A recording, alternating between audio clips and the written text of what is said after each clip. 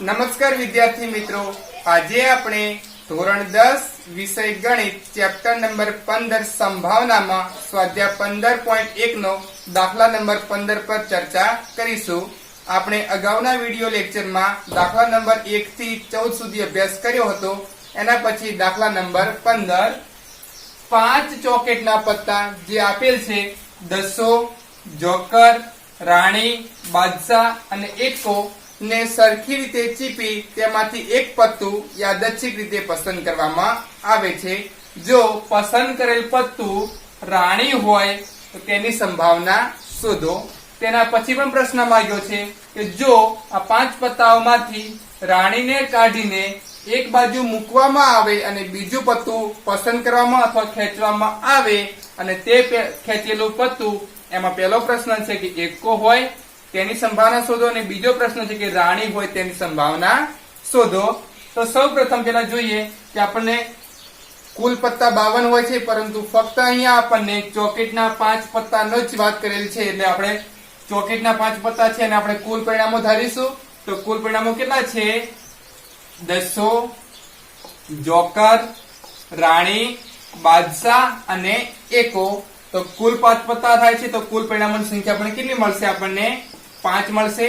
હવે આપણે સંભાવનાનું સૂત્ર, સંભાવનાનું સૂત્ર શું હતું કે P of E બરાબર સહાનુકૂળ પરિણામ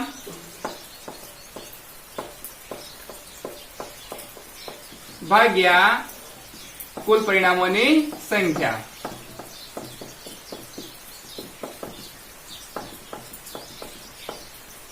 તો તેના પછી આપણે જોઈએ કે પહેલો પ્રશ્ન શું છે કે એક પત્તું યાદચ્છિક રીતે પસંદ કરવામાં આવે અને તે પત્તું શું હોય?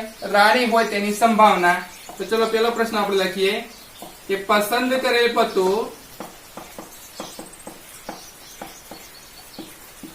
રાણી હોય તેની સંભાવના।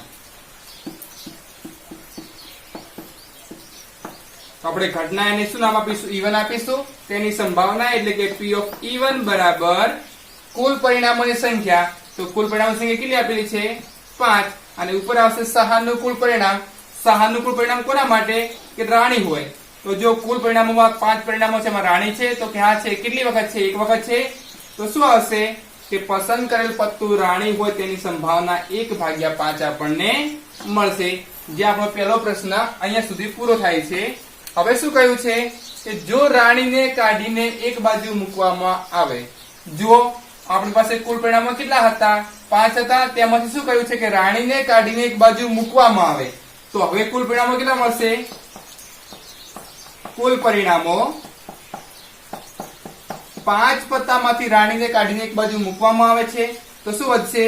દસો, જોકર, બાદશાહ અને એકો। તો આ 4 પત્તા વધ્યા। તો હવે કુલ પરિણામોની સંખ્યા કેટલી થશે? 4 થશે। કેમ કે રાણી આપણે કાઢી નાખી છે, તો કુલ પરિણામોની સંખ્યા હવે આપણને મળશે 4। તો કુલ પરિણામોની સંખ્યા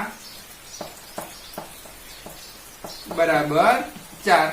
તો કે જો રાણીને કાઢીને એક બાજુ મૂકવામાં આવે અને બીજું પત્તું પસંદ કરવામાં આવે, હવે પત્તું પસંદ કરશું, શામાંથી કરીશું? તો આ 4 પત્તામાંથી પત્તું પસંદ કરીશું। એમાં પણ શું કહ્યું છે? પહેલો કે એકો હોય તેની સંભાવના। ચલો કે પસંદ કરેલ પત્તું એકો હોય તેની સંભાવના। ચલો શોધીએ। ઘટના E1 આપણે ધારી નાખી હતી, એકો હોય એ ઘટના આપણે E2 ધારીએ અને તેની સંભાવના એટલે કે P of E2 બરાબર સહાનુકૂળ પરિણામ ભાગ્યા કુલ પરિણામોની સંખ્યા જ આવશે। તો કુલ પરિણામોની સંખ્યા હવે કેટલી મળશે? અહીંયા 5 પરિણામો હતા જ્યારે રાણી અંદર હતી ત્યારે, પરંતુ હવે આપણે રાણીને બહાર કાઢી નાખીએ છીએ, એટલે કુલ પરિણામોની સંખ્યા કેટલી થઈ ગઈ? હવે 4 થઈ ગઈ। અને એમાંથી પસંદ કરેલ પત્તું એકો હોય એટલે સહાનુકૂળ પરિણામ આપણા માટે શું થશે? એકો। તો જુઓ કે આની અંદર એકો છે, તો કે હા છે। કેટલી વખત છે? એક વખત છે, તો શું આવશે? 1/4। તો કે જ્યારે રાણીને કાઢી નાખવામાં આવે અને પસંદ કરેલ પત્તું એકો હોય તેની સંભાવના 1/4 મળશે। આમાં બીજો પ્રશ્ન છે કે રાણી હોય તેની સંભાવના, કે પસંદ કરેલ પત્તું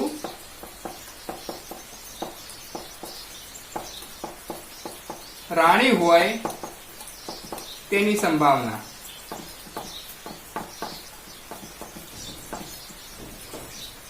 તો આપણે એવી ઘટના શું ધારીશું? E3 ધારીશું. તેની સંભાવના એટલે કે P of E3 બરાબર કુલ પરિણામો સંખ્યા 4 છે. હવે જુઓ તેમાં સહાનુકૂળ પરિણામ શું છે? તો કે રાણી. તો આપણી પાસે 4 પરિણામો આપેલા છે, એમાં રાણી છે. તો જુઓ દસો, જોકર, બાદશાહ અને એકો છે, રાણી છે નહીં. તો રાણી ના હોય તો શું લખાશે? 0. 0 ભાગ્યા 4 એટલે કે 0. કેમ કે આમાં રાણી દેખાતી જ નથી, રાણી નથી દેખાતી એટલે અશક્ય ઘટના કહેવાય. અશક્ય ઘટનાની સંભાવના શું આવે? 0 આવે. તો જ્યારે 5 પત્તામાંથી રાણી કાઢી નાખવામાં આવે અને એમાંથી પસંદ કરેલ પત્તું રાણી હોય તેની સંભાવના શું મળશે? 0. તો જ્યારે 5 પત્તા ઇન્ક્લુડિંગ હતા ત્યારે તેની સંભાવના 1/5 મળે છે. જ્યારે 5 પત્તામાંથી રાણી કાઢી નાખી છે અને એકો શોધવો છે ત્યારે તેની સંભાવના 1/4 મળે છે અને રાણી હોય તેની સંભાવના 0 મળે છે. તો આ રીતે આપણે સંભાવનાનો પ્રશ્ન સંભાવના સૂત્રની મદદથી શોધી શકીએ છીએ. તેના પછી દાખલા નંબર 16, ખામીવાળી 12 પેન આકસ્મિક રીતે 132 સારી પેન સાથે ભળી ગઈ છે. તો આ જથ્થામાંથી એક પેન યાદચ્છિક રીતે પસંદ કરવામાં આવે છે અને પસંદ કરેલ પેન ખામી રહિત એટલે કે ખામી વગરની હોય તેની સંભાવના શોધો. અહીંયા દાખલાની રકમ અધૂરી છે, એમાં ઇન્ક્લુડિંગ એટલું પણ કરેલું છે કે ખામીવાળી 12 પેન આકસ્મિક રીતે 132 પેન સાથે ભળી ગઈ છે અને ખામીવાળી આપણે ડાયરેક્ટ જોઈને ન કહી શકીએ. જે પેન ન ચાલતી હોય અથવા દેખાવમાં ખરાબ હોય તે પણ ખામીવાળી હોઈ શકે છે. તેમાંથી એક પેન પસંદ કરવાની છે અને પસંદ કરેલ પેન કેવી હોય? ખામી રહિત હોય તેની સંભાવના શોધવાની છે. તો સૌપ્રથમ જો કે ખામીવાળી પેનો કેટલી છે? કે ખામીવાળી પેન આપણને ટોટલ પેનો આપેલી છે. ખામીવાળી પેનો 12 પેનો છે, એમાં કુલ 132 પેન સાથે ભળી ગઈ છે. 132 પેનો કેવી છે? સારી પેનો સાથે ભળી ગઈ છે. એટલે સારી એટલે કેવી હશે? ખામી વગરની હશે. ખામી વગરની પેનો 132. તો કુલ પેનો કેટલી થશે? 12 પેનો ખામીવાળી છે અને 132 પેનો ખામી વગરની છે. તો એમ કુલ પેનો કેટલી થશે? 144 પેનો. 144 પેનો થશે આપણી કુલ પેનો, જે ખામીવાળી અને ખામી વગરની બંને ભેગી થઈને કરવામાં આવે છે. તો કુલ પરિણામોની સંખ્યા કેટલી મળશે? કુલ પરિણામોની સંખ્યા બરાબર 144. તો હવે આપણે સંભાવના સૂત્ર બધા જાણીએ જ છીએ. તો વિદ્યાર્થી મિત્રો, સંભાવના સૂત્ર શું થશે? કે સંભાવના P of E બરાબર સહાનુકૂળ પરિણામ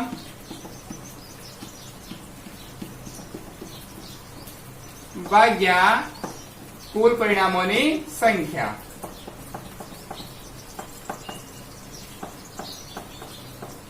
ચલો આપણે સંભાવના કોની શોધવાની છે? કે પસંદ કરેલ પેન કેવી હોય? ખામી રહિત. પસંદ કરેલ પેન ખામી રહિત હોય તેની સંભાવના. ચલો તો આપણે ઘટના નામ આપી દઈએ E1. તો P of E1 બરાબર સહાનુકૂળ પરિણામ ભાગ્યા કુલ પરિણામોની સંખ્યા. તો કુલ પરિણામોની સંખ્યા કેટલી મળે છે? અહીંયા આપણને 144 મળે છે. એટલે કુલ એટલે કેવા? સારી અને ખરાબ બંને પેનથી કુલ પરિણામ થાય છે 144. તો છેદમાં 144 આવશે. ને શું કીધું? ખામી રહિત. ખામી રહિત એટલે શું? ખામી વગરની. એટલે ખામી વગરની પણ શું કહેવાય? ખામી રહિત કહેવાય. ખામી રહિત પણ કહેવાશે અથવા તો પછી સારી પેન પણ કહેવાશે. રેડી? તો ચલો એ ખામી રહિત હોય તેવી પેનો, ખામી વગરની એટલે ખામી રહિત જેમાં કોઈ પણ ખામી નહીં હોય. તો ખામી રહિત હોય એવું આપણું સહાનુકૂળ પરિણામ છે. ખામી રહિત પેનો કેટલી છે? 132. તો આપણને કે પસંદ કરેલ પેન ખામી રહિત હોય તેની સંભાવના શું મળશે? 132 ભાગ્યા 144. તમે આમાં અંશ અને છેદ જે ઉડતું હોય ઉડાડી શકો છો. અથવા ડાયરેક્ટ જવાબ 132 ભાગ્યા 144 લખશો તો પણ તમારો સાચો જવાબ થશે. અહીંયા ફક્ત એટલું શું ધ્યાન રાખવાનું, ખામી રહિત એટલે શું હશે? ખામી વગરની પેન હશે તેની સંભાવના શોધવી છે. તો કુલ પેનો આપણે પહેલા શોધીશું કે જો એમાં 12 પેનો ખામી વગર ખામી વાળી છે અને 132 પેનો સારી છે, તો ટોટલ પેનો થાય છે 144, જે આપણું કુલ પરિણામોની સંખ્યા થશે 144. અને એમાંથી આપણે ખામી રહિત એટલે કે સારી પેનો શોધવી છે. સારી પેનો 132 છે, તો 144 માંથી 132 પેનો સારી હોવાથી તેની સંભાવના મળશે 132 ભાગ્યા 144 મળશે. દાખલા નંબર 17. એક ખોખામાં 1 થી 90 અંક લખેલ તકતીઓ મૂકવામાં આવેલ છે. જો ખોખામાંથી એક તકતી યાદચ્છિક રીતે પસંદ કરવામાં આવે અથવા કાઢવામાં આવે તો તે તકતી, પહેલો પ્રશ્ન છે, 2 અંકની સંખ્યા ધરાવતી હોય તેની સંભાવના શોધો. બીજો પ્રશ્ન છે, પૂર્ણ વર્ગ સંખ્યા ધરાવતી હોય તેની સંભાવના શોધો. અને ત્રીજો પ્રશ્ન છે કે 5 વડે વિભાજ્ય સંખ્યા હોય તેની સંભાવના શોધો. એક મોટા ખોખાની અંદર કુલ 90 તકતીઓ છે, તેના ઉપર અંક લખેલા છે. તે પહેલી તકતી ઉપર 1 લખેલ છે, બીજી તકતી ઉપર 2 લખેલ છે, ત્રીજી તકતી ઉપર 3 લખેલ છે, એમ છેલ્લી તકતી ઉપર 90 અંક લખેલા છે. તો કુલ પરિણામોની સંખ્યા શું થશે? ધારો કે પહેલા પરિણામો લખીએ, તો પરિણામો આપણને શું મળશે? 1 2 3 એ રીતે લખી શકાય કે 4 5 6 7 8 9 10 11 12 13 14 15 16 17 18 એમ કરતા કરતા છેલ્લે શું આવશે? પરિણામ 90 આવશે. કેમ કે કુલ 90 તકતીઓ છે, તો કુલ પરિણામોની સંખ્યા પણ કેટલી થશે? 90 થશે. તો લખી શકીએ કે કુલ પરિણામોની સંખ્યા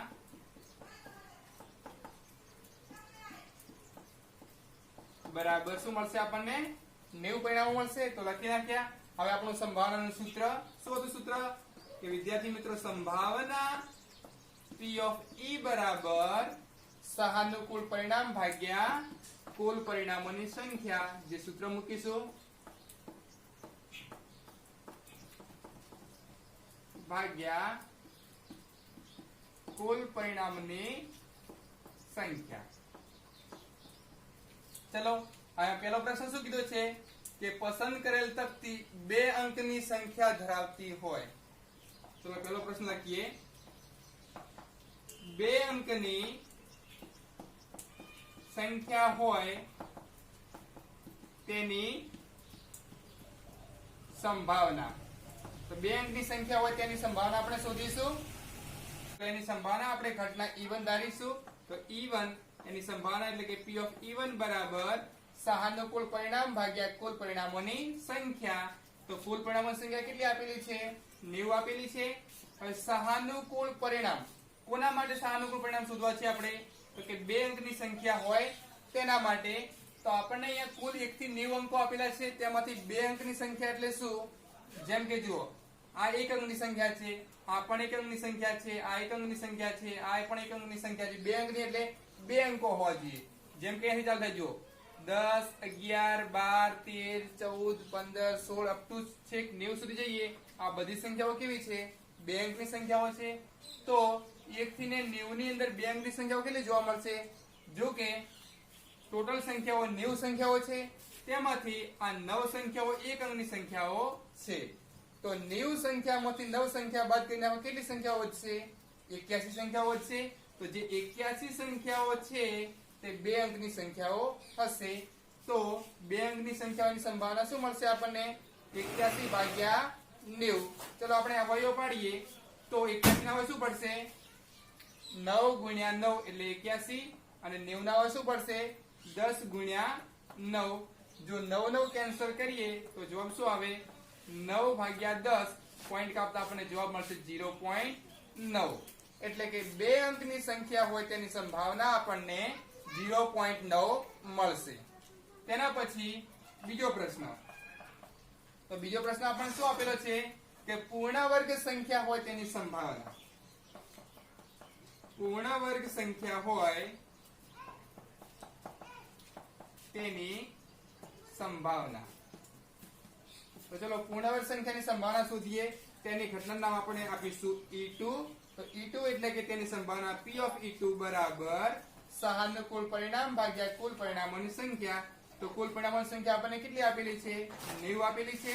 હવે સહાનુકૂળ પરિણામ શું આપેલું? સહાનુકૂળ પરિણામ કે પૂર્ણ વર્ગ સંખ્યા હોય તો ચલો 1 થી 90 સંખ્યાઓ આપેલી છે, તેમાંથી પૂર્ણ વર્ગ સંખ્યાઓ કઈ હશે?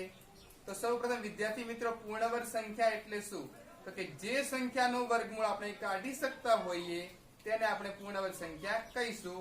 તો એવી કેટલી સંખ્યાઓ છે કે જેનું આપણે વર્ગમૂળ જાણીએ છીએ? જેમ કે 1 નું વર્ગમૂળ 1, તો 1 શું છે? આપણે પૂર્ણ વર્ગ સંખ્યા છે. 2 નું વર્ગમૂળ ના નીકળે, 3 નું વર્ગમૂળ ના નીકળે, એના પછી 4, જેમ કે 4 નું વર્ગમૂળ શું થાય છે? 2, એટલે સંખ્યા કઈ મળી? 4. એના પછી જેમ કે 1 ગુણ્યા 1, 2 ગુણ્યા 2 એટલે 4, 3 ગુણ્યા 3 એટલે 9, 9 પણ શું છે? પૂર્ણ વર્ગ છે. એના પછી 4 ગુણ્યા 4 એટલે 16, 5 ગુણ્યા 5 એટલે 25, 6 ગુણ્યા 6 એટલે 36, 7 ગુણ્યા 7 એટલે 49, 8 ગુણ્યા 8 એટલે 64, પછી 9 ગુણ્યા 9 એટલે 81, અને 10 ગુણ્યા 10 એટલે 100. જે 3 અંકની સંખ્યા થાય છે તે આપણામાં આવતી નથી. તો આ બધી સંખ્યાઓ કેવી છે? પૂર્ણવર્ગ સંખ્યાઓ છે, જે 1 થી કરીને 90 અંકની વચ્ચે આવેલી છે. તો ટોટલ સંખ્યાઓ કેટલી મળે છે આપણને? 1, 2, 3, 4, 5, 6, 7, 8 અને 9 અંકો છે કે 9 સંખ્યાઓ છે આપણી કેવી છે? પૂર્ણવર્ગ સંખ્યાઓ છે. ચલો અહીંયા કેન્સલ કરીએ કે 9 દાન 90, તો જવાબ શું આવ્યો? 1/10. 1/10 ના આપણે પોઈન્ટ કાપીએ તો જવાબ શું આવશે? 0.1. તો પૂર્ણવર્ગ સંખ્યા હોય તેની સંભાવના આપણને શું મળશે? 0.1 મળશે. તેના પછી આપણો ત્રીજો પ્રશ્ન છે કે 5 વડે વિભાજ્ય સંખ્યા હોય તેની સંભાવના. 5 વડે વિભાજ્ય સંખ્યા હોય તેની સંભાવના.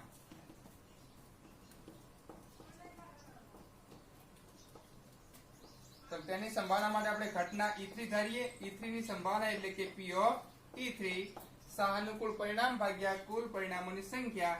તો કુલ પરિણામોની સંખ્યા કેટલી? 90 આપેલી જ છે. હવે સહાનુકૂળ પરિણામ કોના માટે? કે 5 વડે વિભાજ્ય સંખ્યાઓ. તો 1 થી કરીને 90 સુધીના અંકોમાં 5 વડે વિભાજ્ય સંખ્યાઓ એટલે કઈ સંખ્યાઓ હશે? જે આપણે 5 નો ઘડિયો બોલીએ તે સંખ્યાઓ હશે કે 5, 10, 15, 20, 25, 30, 35, 40, 45, 50, 55, 60, 65, 70, 75, 80, 85 અને 90. કેમ કે આપણે 1 થી 90 સુધી જવાનું છે. તો ટોટલ કેટલી સંખ્યાઓ મળે છે? તો આપણે ગણી લઈએ. તો કે જો ટોટલ 5 1 થી કરીને 90 ની અંદર 5 વડે વિભાજ્ય સંખ્યાઓ કુલ કેટલી સંખ્યાઓ મળશે? 20 સંખ્યાઓ મળશે. તો જવાબ શું આવશે? કે 20, 2, 4, 6, 8, 10, 12, 14, 16 અને 18. તો કે 18 સંખ્યાઓ મળે છે જે કેવી છે? 5 વડે વિભાજ્ય છે. તો 18 ભાગ્યા 90 આવશે. હવે આપણે અંશ અને છેદ ઉડાડીએ. 18 એટલે શું લખાશે? 9 ગુણ્યા 2. અને 90 એટલે શું લખાશે? 10 ગુણ્યા 9 એટલે શું થશે? 90 થશે. જ્યાં આપણે 9 9 કેન્સલ કરીએ જવાબ શું આવશે? 2/10. આ 2/10 એટલે આપણે પોઈન્ટ કાપીએ જવાબ મળશે 0.2. તો 5 વડે વિભાજ્ય હોય તેવી સંખ્યાની સંભાવના આપણને મળશે 0.2.